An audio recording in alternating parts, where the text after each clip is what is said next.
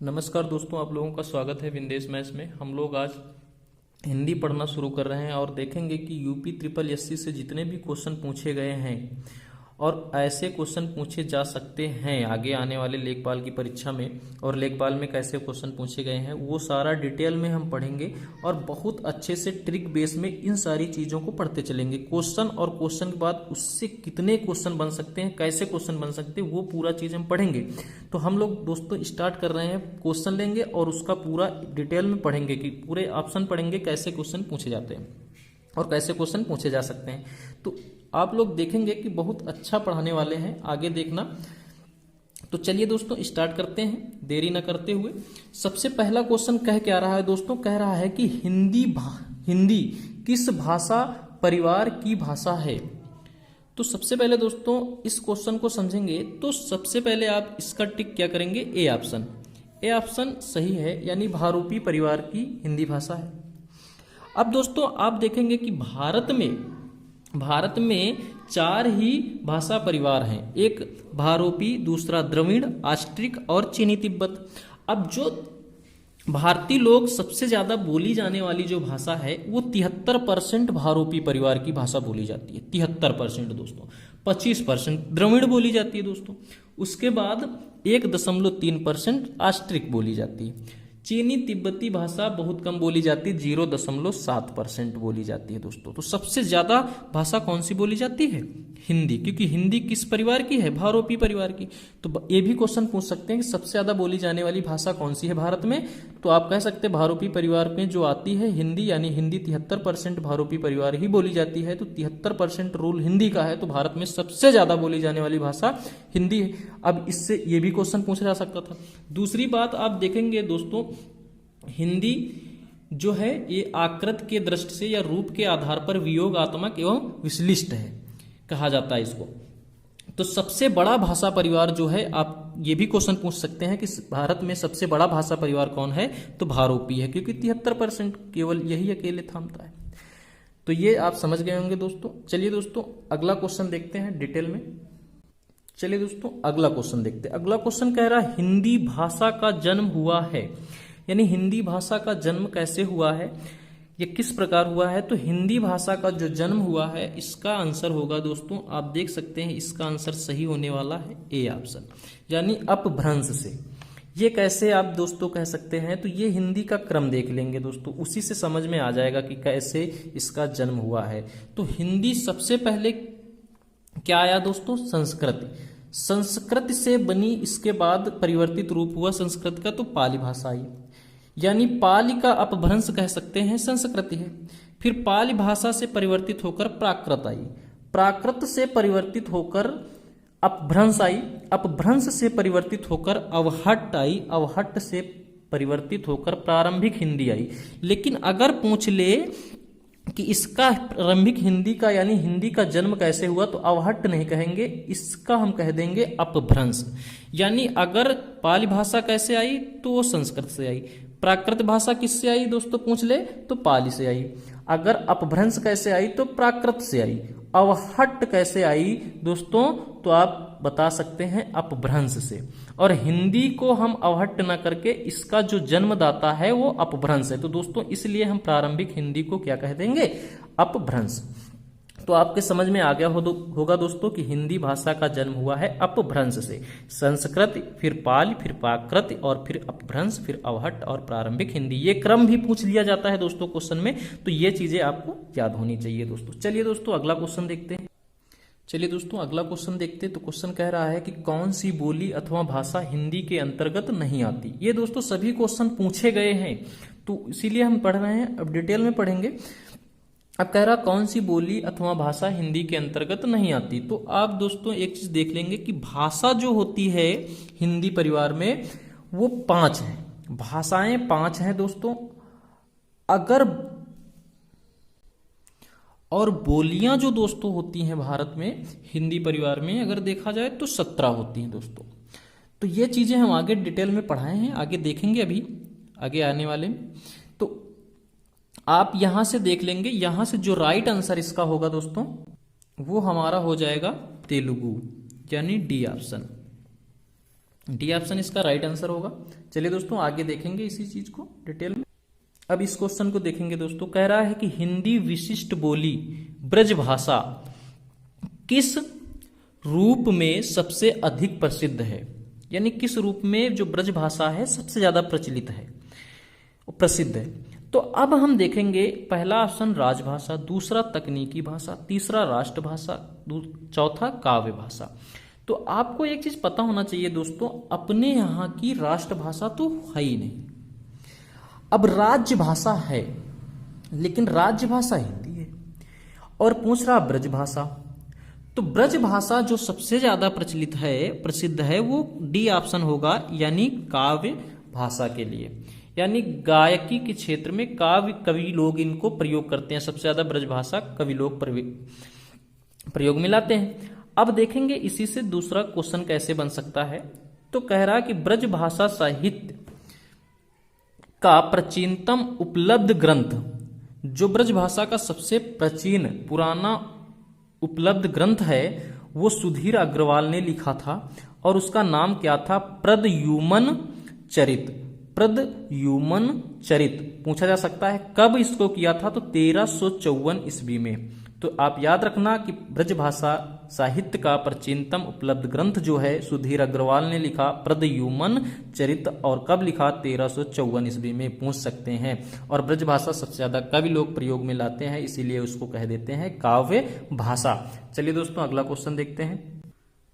अगला जो क्वेश्चन है दोस्तों, कह रहा है कि भारतवर्ष में हिंदी को आप किस वर्ग में रखेंगे, यानी भारतवर्ष में हिंदी को आप किस वर्ग में रखेंगे? पहली बात राजभाषा, दूसरी राष्ट्रभाषा, तीसरी विभाषा, चौथी तकनीकी भाषा।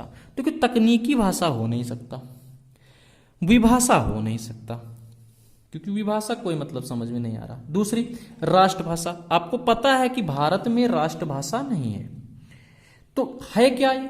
तो दोस्तों भारत की जो भारतवर्ष में हिंदी जो है, अभी आगे बता भी चुके हैं, वो कैसी है? राज्य भाषा के रूप में। तो हिंदी भारतवर्ष में राज्य भाषा के रूप में देखी जाती है। चलिए दोस्तों आगे। अगला क्वेश्चन दोस्तों कह रहा है कि ढूंढाड़ी बोली है, ढूंढाड़ी बोली है कहाँ की? पहला ऑप्शन पश्चिमी राजस्थान की, पूर्वी राजस्थान की, दक्षिणी राजस्थान की, उत्तरी राजस्थान की। दोस्तों ये बहुत कंफ्यूज करता है कि पूर्वी राजस्थान में क्या बोला जाता है, उत्तरी और दक्षिणी ये सब क्या ऐसे बोला जाता है। तो इसकी हमने एक बनाई है ट्रिक, और उस ट्रिक को आप याद कर लो, आपको इससे कभी भी प्रॉब्लम नहीं होगी कि पश्चिमी राजस्थान में क्या बोली जाती, उत्तरी राजस्थान में क्या बोली जाती, ये आप तुरंत बता लेंगे। ट्रिक क्या है दोस्तों, आप एक बार ध्यान से पढ़ लेना। मैप माल दे, मैं उसे दीपू को दूंगा। तो आप कैसे भी करके इसको याद कर लो। मैप माल दे, मैं उसे दीपू को दूंगा। अब माँ से आप याद रखना, माँ से मारवाड़ी, जो राजस्थान में सबसे ज्यादा बोले जाने वाली भाषा है मारवाड़ी भाषा, आपको याद रखना। ये पी बना है, पी का मतलब पश्चिमी राजस्थान। फिर आगे माल, माल से मालवी, मालवी भाषा जो बोली जाती है वो दक्षिणी राजस्थान में बोली जाती है। फिर मे से मेवाती, मेवाती ऊ से उत्तरी, उत्तरी राजस्थान में मेवाती भाषा बोली जाती है। फिर डी से ढूंढाड़ी, डी डी याद रखना, डी से ढूंढाड़ी, पू से पूर्वी राजस्थान। यानी हमसे पूछ क्या रहा था कि ढूंढाड़ी भाषा कहाँ बोली जाती, तो आप दोस्तों क्या टिक कर देंगे? बी ऑप्शन, यानी पूर्वी राजस्थान में बोली जाने वाली भाषा ढूंढाड़ी है। तो ये ट्रिक आप दोस्तों देख लेंगे, अच्छी ट्रिक है, आप याद कर लेना, पूरा आपको डाउट्स क्लियर हो जाएंगे। चलिए दोस्तों आगे देखेंगे। चलिए दोस्तों इस क्वेश्चन को देखते हैं। इसमें पूछा जा रहा है ब्रजबुली नाम से जानी जाती है, ब्रजबुली नाम से क्या कौन सी भाषा जानी जाती है? तो पहली है पंजाबी, दूसरा मराठी, तीसरा गुजराती, चौथा पुरानी बांग्ला। तो बांग्ला, इसका लास्ट आंसर सही होगा, यानी लास्ट ऑप्शन सही होगा डी ऑप्शन, यानी पुरानी बांग्ला। जो ब्रजबुली नाम से जानी जाती है वो पुरानी बांग्ला जो है वो अब ब्रजबुली नाम से जानी जाती है। दोस्तों इतना आपको याद करना पड़ेगा दोस्तों। चलिए दोस्तों अगला क्वेश्चन देखते हैं। अगला क्वेश्चन कह रहा है निम्नलिखित में से कौन सी भाषा देवनागरी लिपि में लिखी जाती है, इसका पूरा डिटेल में पढ़ेंगे हम देवनागरी लिपि में कौन कौन सी भाषाएं लिखी जाती हैं दोस्तों। तो चलिए दोस्तों, पहला ऑप्शन है गुजराती, दूसरा उड़िया, तीसरा मराठी और चौथा जो डी ऑप्शन है सिंधी है। तो आपको गेस करना है कौन सा ऑप्शन सही होगा। तो इसका आपको पता होगा कि देवनागरी लिपि में जो लिखी जाती भाषा है वो कौन सी है, कौन सी भाषा लिखी जाती है। तो हम इसको देवनागरी लिपि की ट्रिक ही देख लेते हैं कि कौन कौन सी भाषा देवनागरी लिपि में लिखी जाती है दोस्तों। तो ये चीज आपको पता हो जाएगा दोस्तों। तो सबसे पहले ट्रिक क्या है इसकी, आप देख लेंगे कि देव की मां ने सही कहा, देव की मां ने सही कहा। दोस्तों इन चीजों को बनाने में हमको काफी वक्त लगा, काफी मेहनत करनी पड़ी। आप लोग अगर अच्छा वीडियो है तो लाइक, कमेंट और सब्सक्राइब जरूर कर ले अगर चैनल में नए आए हैं तो। चलिए दोस्तों, अब देखते हैं इसका क्या है। देव की मां ने सही कहा।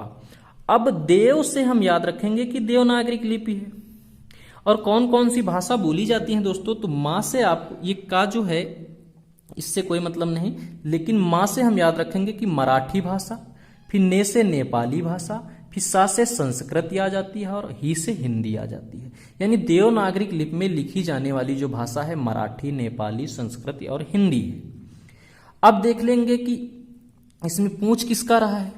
इसमें पूछ रहा है कि भाषा देवनागरी लिपि में लिखी जाती है कौन सी भाषा लिखी जाती है दोस्तों, ये बताना है। तो आपको यहां पर गुजराती है, गुजराती नहीं है, हमारे 4 ही भाषाएं हैं। फिर उड़िया है, उड़िया भी नहीं है। मराठी है क्योंकि मराठी यहां से पूछी जाती है। 4 ही भाषाएं देवनागरी लिपि में लिखी जाती है, मराठी, नेपाली, संस्कृत और हिंदी। अब देख लेंगे तो इसका option C option right answer हो जाएगा क्योंकि मराठी भाषा देवनागरी लिपि में लिखी जाती है दोस्तों। केवल हिंदी से आप क्वेश्चन लगातार कर रहे थे, अब घुमा के आपको मराठी पूछ लिया। अगर हिंदी होता तो आप डायरेक्टली कर ले जाते। तो दोस्तों ये चीज समझ लेना कि 4 भाषाएं देवनागरी लिपि में लिखी जाती हैं। तो ट्रिक भी है, देव की मां ने सही कहा। तो ट्रिक वगैरह आप लिख लिया करें, देख लिया करें। उसके बाद पीडीएफ तो हम प्रोवाइड करेंगे ही करेंगे ये सारा चीज की। चलिए दोस्तों आगे देखेंगे। तो अगला क्वेश्चन कह रहा, अधिकतर भारतीय भाषाओं का विकास किस लिपि में हुआ। अधिकतर भारतीय भाषाओं का विकास किस लिपि में हुआ दोस्तों, ये चीज देखेंगे। पहला ऑप्शन शारदा लिपि, दूसरा खरोष्ठी लिपि, तीसरा कुटिल लिपि और चौथा ब्राह्मी लिपि। तो दोस्तों आप लोगों को एक चीज बता दें कि भारत की जितनी भी लिपियां हैं, भारत में जितनी भी लिपियां बनी हैं वो सभी लिपियों का जन्म किस लिपि से हुआ है। तो आपको याद रखना है दोस्तों, वो लिपि है ब्राह्मी लिपि।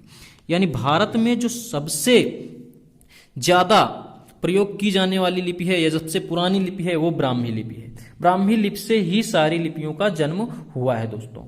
तो इसमें अधिकतर भारतीय भाषाओं का विकास किस लिपि में हुआ, तो आप डायरेक्टली बता सकते हैं कि ब्राह्मी लिपि में हुआ है दोस्तों। अब इसका हम डिटेल में पढ़ लेंगे। चलिए दोस्तों इसको देखते हैं डिटेल में क्या क्या इसमें आता है।